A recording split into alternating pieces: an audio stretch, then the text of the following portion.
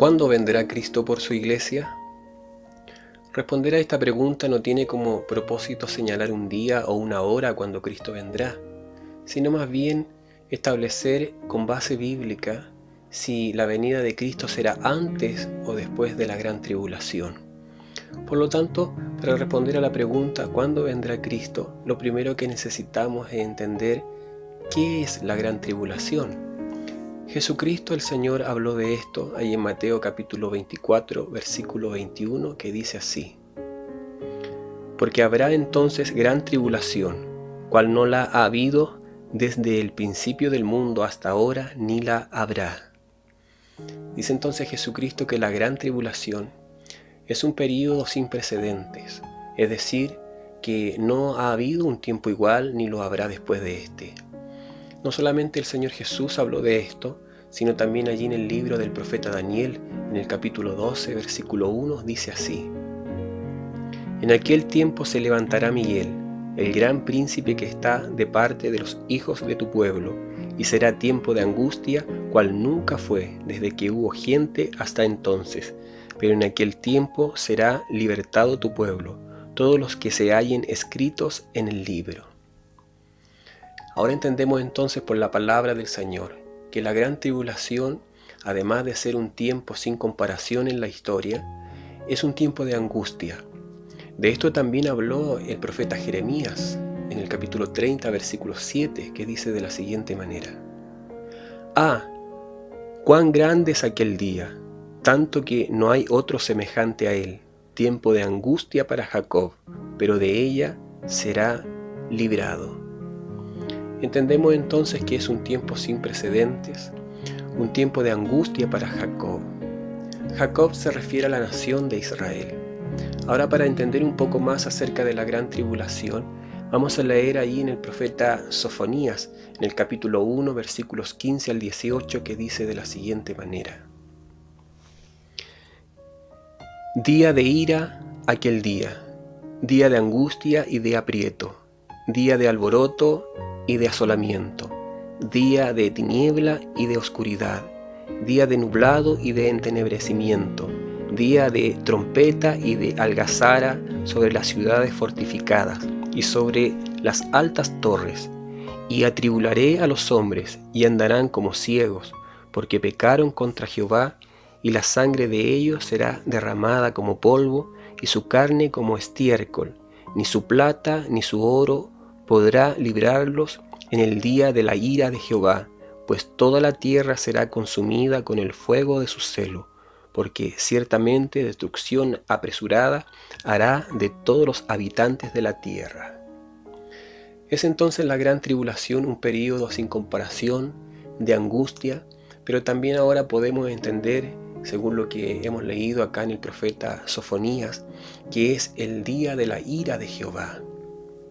Cuando Dios va a derramar su ira o los juicios sobre esta tierra, lo primero que hace Dios es sacar a los suyos, ponerlos a salvo. Esto, por ejemplo, lo vemos en los tiempos de Noé. Antes de enviar el diluvio a esta tierra, lo que hizo Dios fue sacar a Noé y a su familia, 8 personas que fueron puestas dentro de un arca para que no fuesen dañados por el diluvio. Lo mismo vemos con Lot, que cuando Dios quiso destruir Sodoma y Gomorra, primero le sacó a él y a su familia. Esta es la forma como lo hace Dios. Primero salva a los suyos, después derrama sus juicios. Alguien puede estar pensando, ¿y si Dios cambia de opinión? Bueno, la Biblia nos dice que Dios cambia de opinión. Y es por eso que también vamos a leer algunos pasajes que tienen relación con nosotros, la iglesia del Señor, y este periodo de gran tribulación. Allí en la primera carta a los Tesalonicenses, en el capítulo 1, versículo 10, dice así: Y esperar de los cielos a su Hijo, al cual resucitó de los muertos, a Jesús, quien nos libra de la ira venidera. Dice la Escritura entonces que Jesucristo nos libra de la ira venidera. Si alguien le preguntara a usted, ¿está esperando pasar por la gran tribulación? ¿Qué debiéramos responder? ¿O qué debería responder usted? Es que nosotros, los creyentes, no esperamos pasar por la gran tribulación, sino más bien esperamos a Jesucristo, que nos libra de ese momento. La Escritura también dice allí en el libro de Apocalipsis, en el capítulo 3, versículo 10, cuando le habla a la iglesia en Filadelfia, le dice lo siguiente: por cuanto has guardado la palabra de mi paciencia, yo también te guardaré de la hora de la prueba que ha de venir sobre el mundo entero para probar a los que moran sobre la tierra. Le dice entonces el Señor a la iglesia: por cuanto has guardado la palabra de mi paciencia, yo también te guardaré de la hora de la prueba. Él no le está diciendo te guardaré en la hora de la prueba, más bien le está diciendo te guardaré de la hora de la prueba. ¿Qué quiere decir esto? Que el Señor no nos va a hacer pasar por ese momento, nos va a guardar de ese periodo tan terrible. Cristo viene por su iglesia en cualquier momento. Ahora sabemos por su palabra que Él vendrá antes de la gran tribulación. El apóstol Pablo, en su tiempo ya él pensaba de que Cristo vendría. Él decía que después de que resucitara a los muertos, dice él, luego nosotros, y se incluye él, los que habremos quedado, seremos también, dice, arrebatados. Ahora, si Pablo lo pensó y creyó que vendría Jesucristo en su tiempo, mas no vino, ahora nosotros también estamos pensando que puede venir en nuestro tiempo. Creo que para muchas personas esta promesa de advenimiento probablemente no se vaya a cumplir, ya que no fue en los tiempos de Pablo y no ha sido ahora todavía. Ahora, la Escritura dice que nosotros no debemos tomar la venida del Señor por tardanza.